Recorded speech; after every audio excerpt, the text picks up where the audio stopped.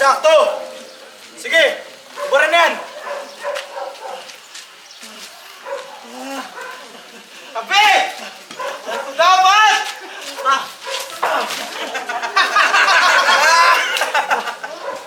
Dapat, nangari nyo! Sandali lang, sandali lang! May kulang pa eh. Ano yan? Yan!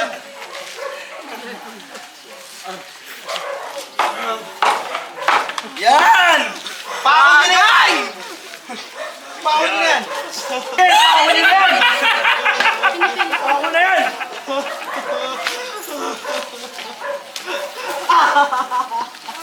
Ayusin nyo, ayusin nyo!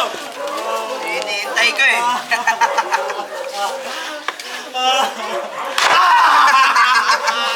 Yan! Ito naman! Ito naman! Ito, sabi na!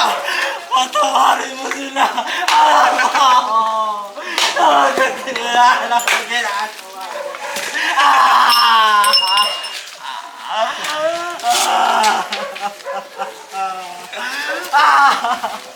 Sige! Itaas na yan! Noong lakas ng pang-akit ng Nazareno, bakit nang makaharap ko siya, di na'y nakadama ng kakaibang damdamin? Bakit parang nasagad ko sa kanyang mukha ang katotohanan?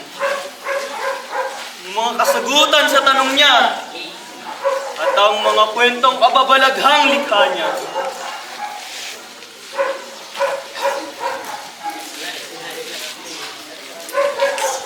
Si Claudia.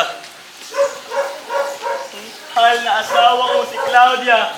Bakit pati siya ay dapat na madamay dito? Bakit kailangan siyang madamay? Bakit? Bakit ang anak ng isang karpinterong tapos ang pinag-aralan ay nagtataglay ng taas na grado ng karunungan? Kanyang pananalita, malalim ang kahulugan. Bakit ako? May mga pagkakataon na ako rin ay nag-iisip sa kanyang mga sinasabi, sa kanyang mga itinuturo. Hindi ko maarok ang kanyang damdamin at nanginangad ng mga pari ang kanyang kamatayan. Bakit? Bakit? Iskat sa loob ko na ito higawad. Bakit dapat pa akong maghugas ng kamay upang ipaunawa sa lahat? Unawa sa kanila na wala akong magawa kung hindi patawan siya ng ganon. Ang Nazareno ay hindi nararapat gawaran ng kamatayan. Ngunit malakas ang impluensya ng mga pari sa Roma. At kung hindi ko ibibigay ang kanilang kailingan, maaari nila akong siraan kay Caesar. Hahanap-hanapin ko ang rangya at dangal ng pagiging isang gobernador ng Judea.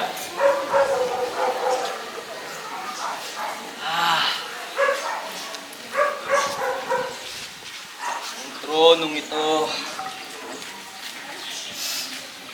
Halaga ang tronong ito sa akin. Ito na ang buhay ko. Man ko na ang kapangyarihan. Balit bakit ganito ang nangyayari? Bumubulong ng budhi ko na kamatayan ay hindi dapat sa kanya. Dapat sa kanya.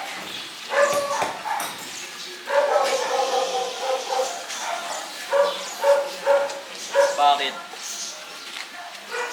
Bakit?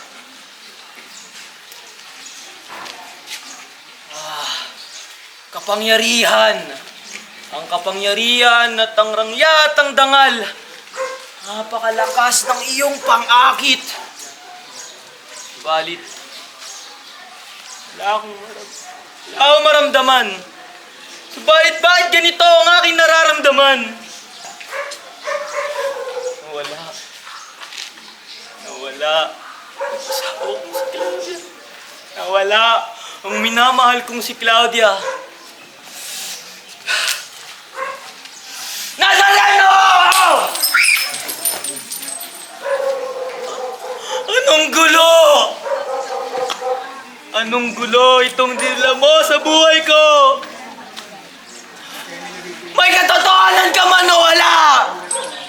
Malaking pagbabago ang iyong ginawa!